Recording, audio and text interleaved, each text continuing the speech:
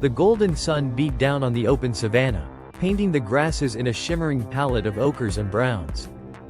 A dust devil twisted in the distance, briefly lifting the stillness with its wild dance.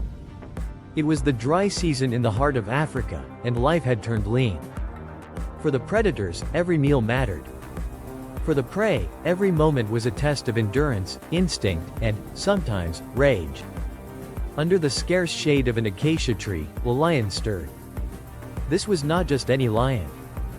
His mane was dark as storm clouds, thick and matted with the dust and blood of countless battles. He was a seasoned hunter and an unforgiving warrior, respected, feared, and occasionally challenged. His pride watched from a distance, hidden in tall grass, bellies flat, eyes sharp.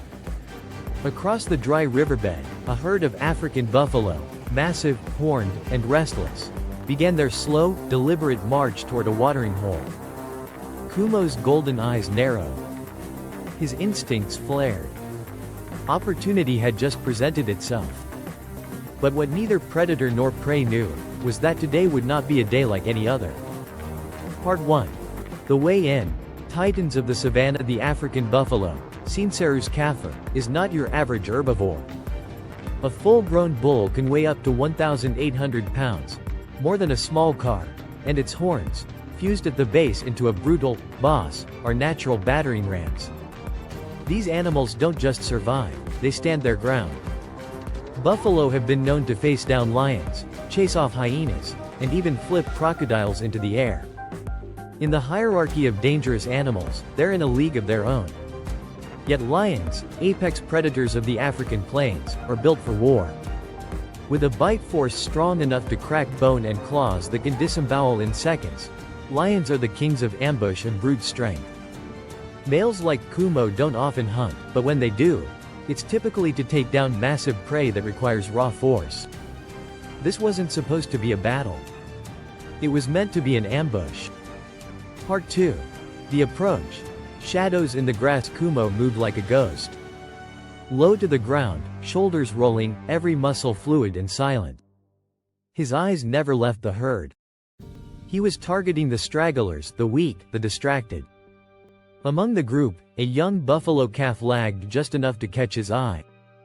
Two lionesses, lean and agile, fanned out to flank the herd. But something was off. In the herd, a massive bull, scarred, one eye clouded with age but burning with fury, watched them. He had seen this before. He had felt the hot sting of claws and heard the death cries of a fallen comrade. And he wasn't going to let it happen again. This bull wasn't going to run. He was going to fight. Part 3. The strike. When predators misstepped, Kumo sprang. A burst of dust erupted behind him as he accelerated, closing the gap in seconds. The calf squealed. Chaos exploded through the herd. Buffalo scattered, but only for a moment. Then the bull charged. It happened faster than Kumo anticipated. Just as his jaws clamped onto the calf's hind leg, a deafening bellow tore through the air.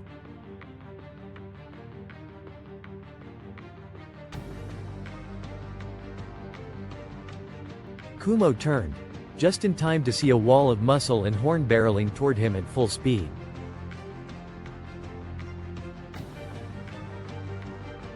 The impact was apocalyptic.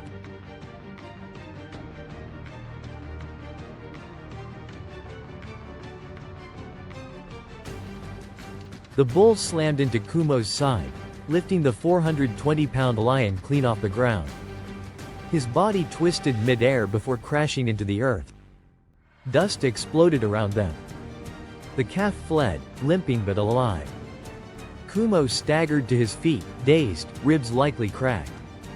But the bull wasn't finished. Part 4. The counter. The buffalo's revenge. What followed was less of a fight and more of a storm.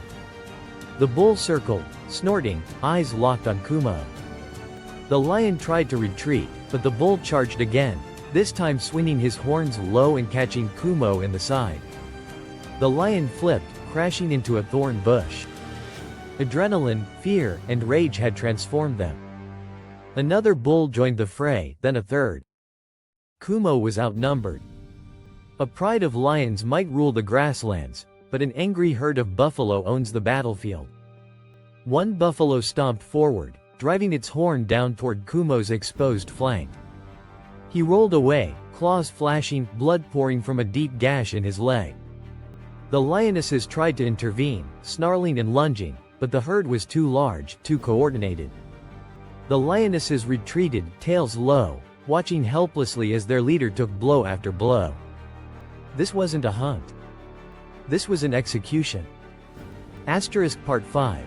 The turn. A pride's loyalty, but lions are not solitary in their pain. From the grass came a roar. A second male, Kumo's coalition partner, charged in, flanking the herd from the side. His sudden appearance scattered the younger buffalo momentarily. The lionesses circled again, trying to create an opening.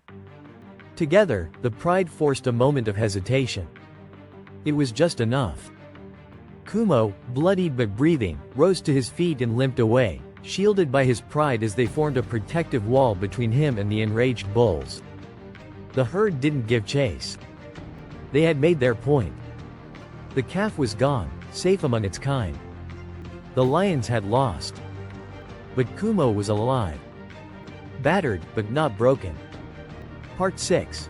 The aftermath. Echoes of power. The savannah was quiet again, save for the rustling of wind through scorched grass and the distant rumble of the retreating herd. Kumo lay under the same acacia tree where he had begun the day. He licked at his wounds slowly, painfully. His eyes were dim but alive. He had been reminded of something ancient. Power is never absolute. Even the king must sometimes bow to the fury of the herd. And the African buffalo? Today, they were more than prey. They were a force of nature. A reminder that in Africa, the line between predator and prey is not just thin, it can vanish in a heartbeat. Closing narration. In the eternal ballet of survival, the roles of hunter and hunted are never fixed. A single miscalculation, a moment of underestimation, can flip the script completely. The lion may be the symbol of dominance, but the African buffalo is the embodiment of defiance. On this day, the lion learned respect. On this day, the buffalo stood tall. Want to expand this even more with scientific facts, slow-motion style descriptions, or additional animal behavior? I can also convert this to a full 10-minute YouTube script or dramatize it even further.